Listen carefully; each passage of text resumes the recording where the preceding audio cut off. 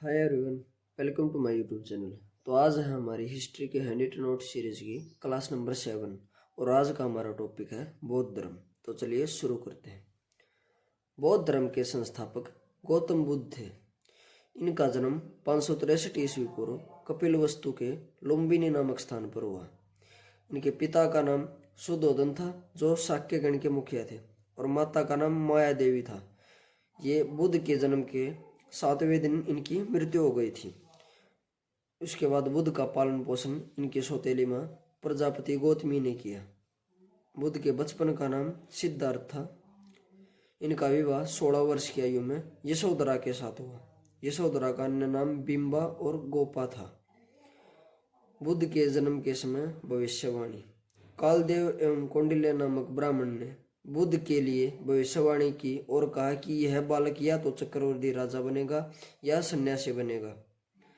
सिद्धार्थ जब कपिलवस्तु की सैर पर निकले तो उन्हें 4 दृश्यों को देखा, जिससे वे विचलित हुए और सन्यास की ओर बढ़े। वो 4 दृश्य थे: बूढ़ा व्यक्ति, बीमार व्यक्ति, शव और एक सन्यासी। अगला पॉइंट है, 29 वर्ष की अवस्था में बुद्ध ने गृह त्याग कर दिया, जिसे बौद्ध धर्म में महाभिनिष्क्रमण कहा गया है। नेक्स्ट पॉइंट, गृह त्याग की घटना का उल्लेख पाली ग्रंथ महापरिगणवाण सूत में मिलता है। अगला पॉइंट है, गृह त्याग के समय कंथक नामक घोड़ा एवं चान या छंदक नामक सारथी बुद्ध के साथ गए थे। उसके बाद सिद्धार्थ ने अणोमा नदी पर घोड़े एवं सारथी को छोड़ दिया था। नेक्स्ट पॉइंट है, गृह त्याग के बाद सिद्धार्थ ने वैशाली के आलार कलाम से सांख्य दर्शन की शिक्षा ग्रहण की।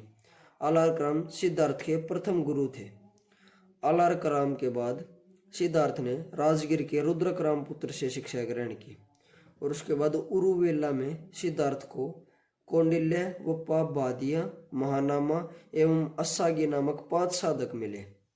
नेक्स्ट पॉइंट है, 6 वर्ष की कठिन तपस्या के बाद 35 वर्ष की आयु में बैसाख पूर्णिमा की रात निरंजना या फल्गु नदी के किनारे पीपल के वृक्ष के नीचे उन्हें ज्ञान की प्राप्ति हुई। उसके बाद अगला पॉइंट है, इस घटना को संबोधि कहा जाता है। इसके बाद सिद्धार्थ बुद्ध के नाम से जाने लगे और वह स्थान बोध गया कहलाया। बुद्ध ने अपना प्रथम उपदेश सारनाथ में दिया, जिसे बौद्ध ग्रंथों में धर्मचक्र प्रवर्तन कहा गया है। इसका उल्लेख संयुक्त निकाय में मिलता है। प्रथम उपदेश में ही बुद्ध ने दुखों के संबंध में 4 आर्य सत्यों का वर्णन किया है: दुख, दुख समुदाय, दुख निरोध और दुख निरोधगामिनी प्रतिपदा। इन दुखों से मुक्ति के लिए बुद्ध ने अष्टांगिक मार्ग की बात कही है: सम्यक दृष्टि, वस्तुओं के वास्तविक स्वरूप का ध्यान रखना। दूसरा है सम्यक संकल्प, आसक्ति, द्वेष, हिंसा से मुक्त विचार। तीसरा है सम्यक वाणी, अप्रिय वचनों का परित्याग। सम्यक कर्मांत, दान, दया, सत्य, अहिंसा, सत्य कर्मों का अनुसरण। सम्यक आजीव, सदाचार के नियमों के अनुकूल जीवन व्यतीत करना।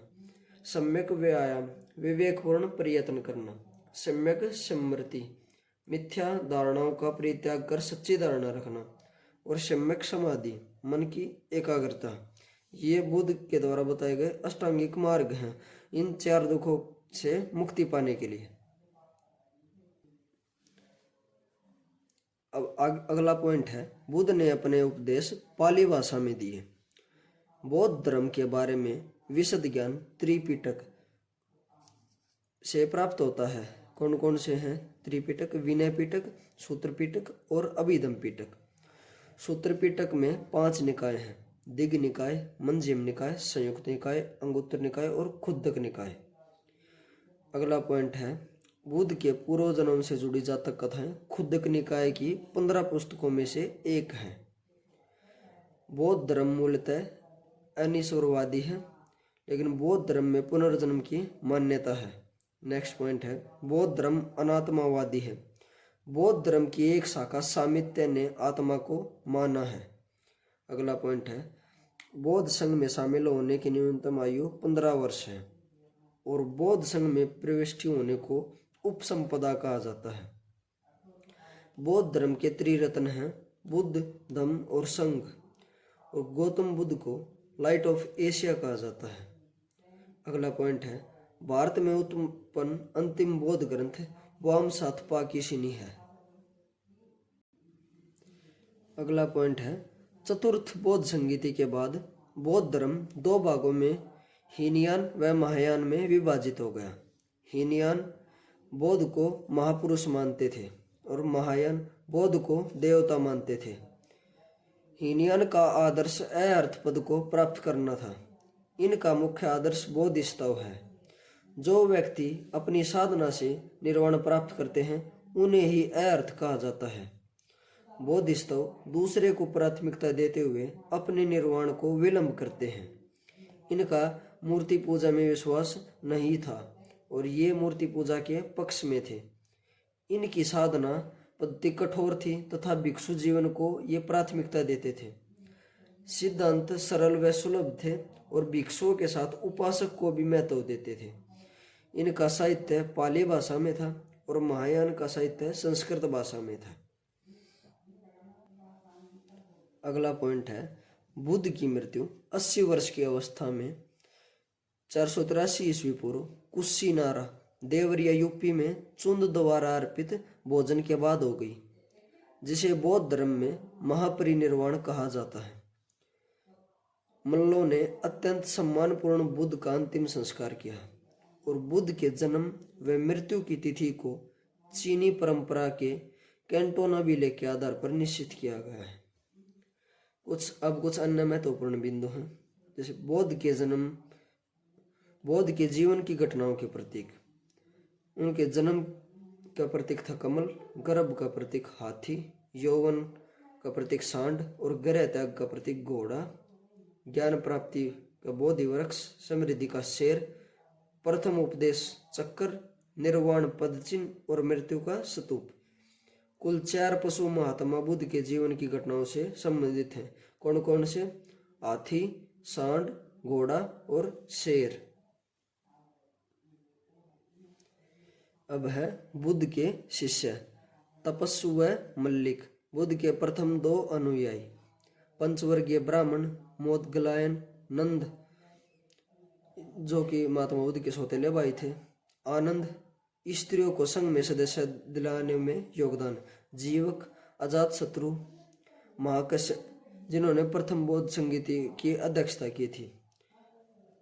सारिपुत्र, राहुल, उपाली और बिंबिसार और प्रसेनजित। अब बुद्ध की प्रमुख शिष्याएं कौन कौन थी? महाप्रजापति गौतमी, जो कि बुद्ध की सौतेली माँ थी। यशोधरा इनकी पत्नी थी।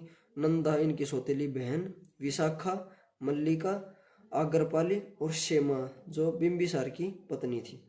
उसके बाद है बौद्ध धर्म के 8 महास्थान, यानी कि वो 8 स्थान जिनकी बौद्ध धर्म में बहुत ज़्यादा मान्यता है या बहुत ज़्यादा इम्पोर्टेंट है। लुम्बिनी, बोध गया, सारनाथ, कुशीनारा, श्रावस्ती, संकिसा, राजगृह और वैशाली।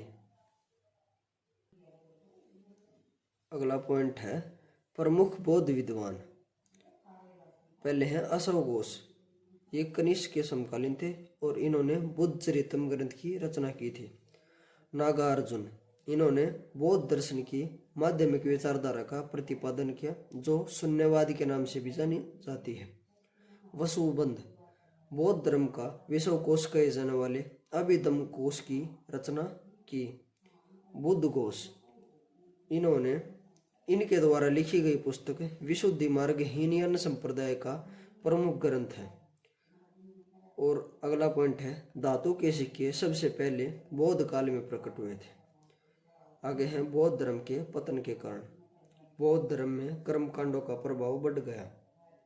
पाली भाषा त्याग कर संस्कृत भाषा को अपनाना, मूर्ति पूजा प्रारंभ करना, ब्राह्मण धर्म का पुनरुत्थान होना और बौद्ध विहारों में कुरीतियों एवं भोग विलासिता का आ जाना। अगर आपको वीडियो अच्छी लगी हो तो वीडियो को लाइक एंड शेयर करें, तो चैनल को सब्सक्राइब करें। Thank you.